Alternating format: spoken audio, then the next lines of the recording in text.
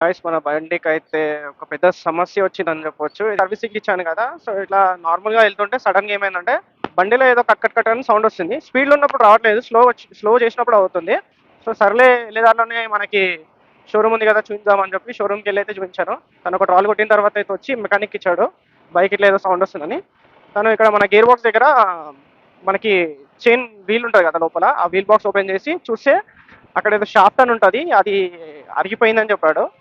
So, అది connection వచ్చేసి complete engine నుంచి ఉంటదంట. సో, అది చేయాలంటే కంప్లీట్‌గా 1 వీక్ టు 10 డేస్ టైం పడతది.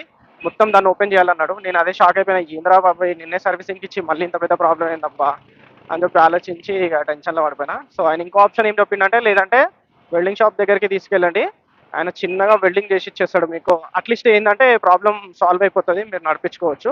బట్ కాకపోతే నా చిన్న డౌట్ ఏందంటే అలా చేయించుకున్న తర్వాత ఇన్ కేస్ ఫ్యూచర్‌లో అయితే ప్రాబ్లమ్ అయితే ఉంటది కదా! సో, మనం అది ఖచ్చితంగా చేయించాలి కదా! సో, నేను అదే ఆలోచిస్తున్నా ఇప్పుడు దీనికి సొల్యూషన్ ఏందనేది. సో, గైస్ మీకెవరికైనా ఈ ఇష్యూ తెలిసుంటే మీరు ఖచ్చితంగా నాకైతే కామెంట్ చేయండి. అస్సలు ఎక్స్‌పీరియన్స్ లేదు దీని గురించి. సో, మీరు ఖచ్చితంగా తెలిసి నాకు కామెంట్ అయితే చేయండి మర్చిపోకండి.